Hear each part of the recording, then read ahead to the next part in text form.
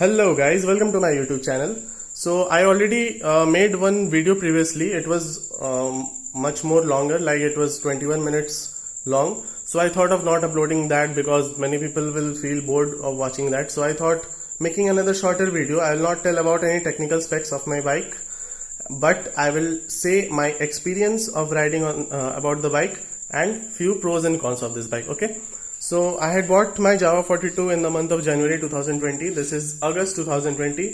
So it has been just more than 7 months. So I don't think there are many cons of my bike. There are just 3 of the cons and most are advantages only. Okay. So coming to the advantages, first I'll tell you about the fuel tank finish of my bike. Okay. You can see this golden stripe finish on my bike, which looks way more cooler. I'm only talking about the ergonomics till now. Okay, so this is one thing I love it. Another thing, as per the stability, you can see the handlebar. The handlebar of Jawa 42 is a wide and flat handlebar. Now you must be thinking that what is the use and advantage of a flat and wide handlebar? So let me tell you, if you are having a wide and flat handlebar, it makes you ride your bike very smoother, and you can ride it in a heavy traffic like a snake. Okay, I do that almost every time in my city. You will not feel that it is a 180 kg bike. You will feel like you are riding a Pulsar or a Splendor.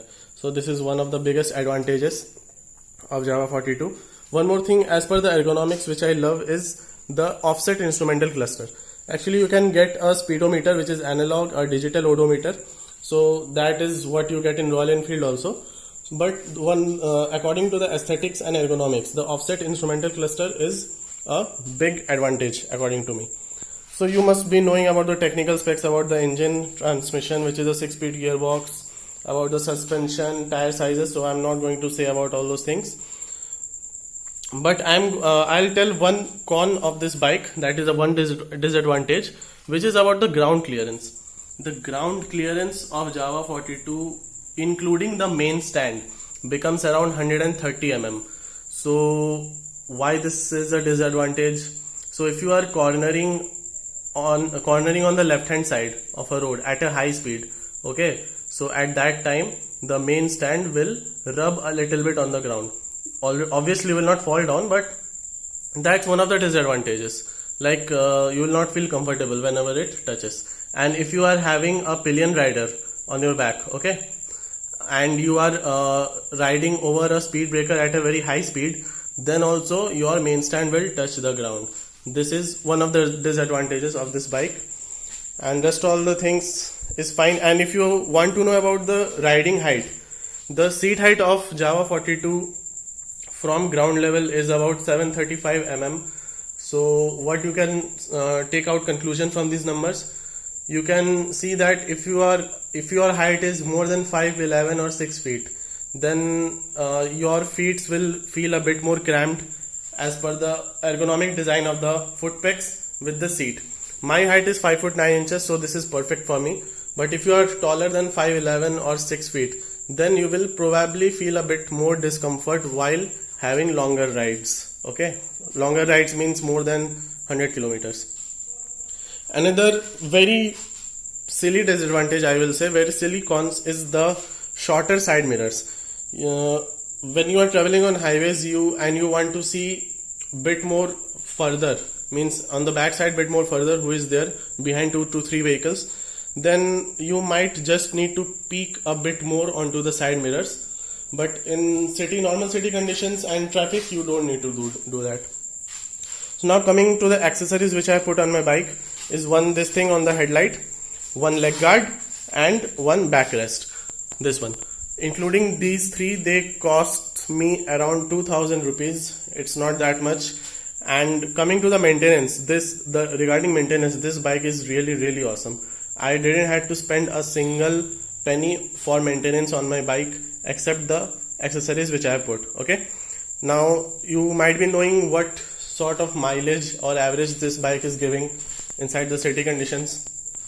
Now normally I ride inside the city only, and inside the city I'm getting an average of 36 km per liter. which is more than what ARAI has certified or claimed about this. And in the highways, I am getting an average of around 40 km per liter, which is way more good. Like, it's the average is more than Royal Enfield 350. If you are planning to buy between these two, if you are confused, and if you want to compare between averages or mileage, which generally the Indian public do, okay, so that is one big plus point. And obviously, as per aesthetics and looks, this bike is way more better than that. But one of the biggest cons of this bike is that you will not get a kickstart option. You will only get a self start option, and sometimes the battery gives a problem on this bike. You have to go to the service center. Like, I had a battery problem, but it got rectified on its own. Okay guys, so that's it. I don't want to extend this video any further. If you want to know more about automotive related technologies or more about my bike and anything related to automotive, you want more videos, you are always welcome to suggest me in the comment section. Although this was my first video, it was totally unscripted, so if I had made any mistake regarding video making thing, please bear with it, and you can always give your suggestions to me. You are most welcome. And although as an automotive engineer, I'm an automotive engineer, so if you can suggest me what kind of videos you want to watch on YouTube, I will be happy. I would love to make them and upload them for you guys. Okay, thank you so much. Have a nice day. Before going guys, I would like to show you the sound of the exhaust of this bike. I know many people, you have seen it almost everywhere, but then also I would like to show you. This is the instrumental cluster. Just a second guys.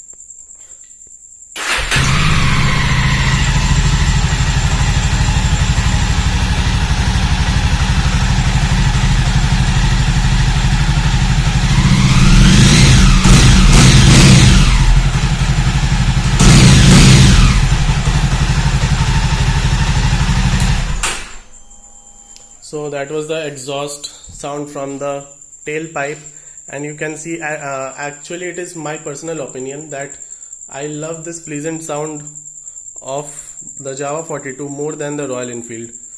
Actually, because in the Royal Enfield the sound is bit more deep, and after a particular time I think I will get irritated and bored after a few months. But personally, actually I love Royal Enfield Classic 350. But if you want me to choose between Royal Enfield and Jawa 42 as per the exhaust note, then I would prefer Jawa 42.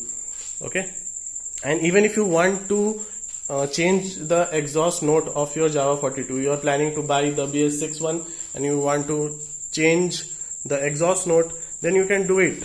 Okay, you just need to go to a mechanic, and here inside the exhaust pipes there are dB killers. Actually, they are a kind of pipe-like structures. If you adjust them inside or outside, or if you remove them completely, then the exhaust note will change. So you can adjust them as per your own convenience. Okay, so that was it guys. Thank you so much. Have a nice day.